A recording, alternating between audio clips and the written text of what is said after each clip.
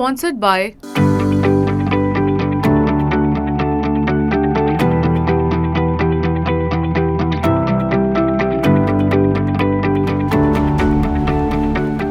In a major U-turn to mend ties with the United States, Israeli Prime Minister Benjamin Netanyahu is considering sending two top Israeli officials to Washington to discuss the Rafah operation as early as next week. The shift in Netanyahu's stance is imperative as on Monday, Israel cancelled the same visit to protest against the United States' decision to not veto a UN resolution calling for an immediate ceasefire in the Israel-Hamas war.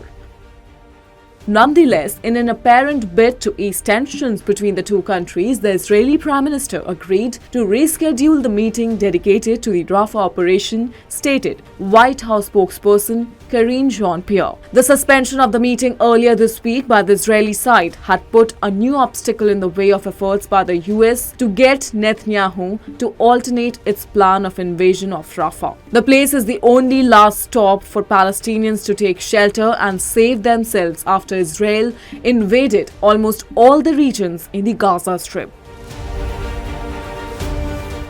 Though an Israeli official confirmed that a new meeting was being arranged, adding that Netanyahu is planning to send its delegation to Washington, no comment has yet been made by Netanyahu's office. For the unversed, Israel and the United States had drifted apart when Netanyahu vowed to send troops into Gaza's southern Rafah city despite growing international concerns. This prompted US President Joe Biden to warn Israel against any military operation in Rafah, stating that this would deepen anarchy in Gaza.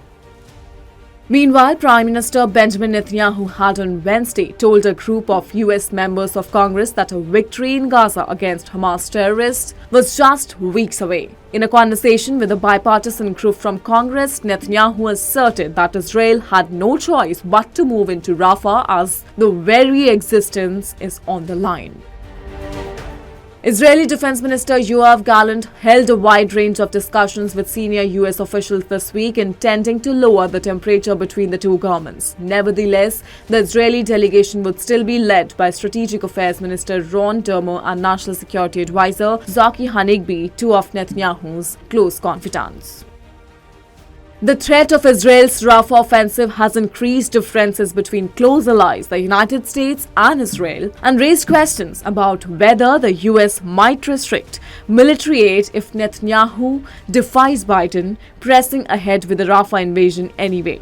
Biden, who would be running for re-election in November, faces extensive pressure from American allies and several Democrats not to provide military aid to Israel because of its growing offensive in Gaza.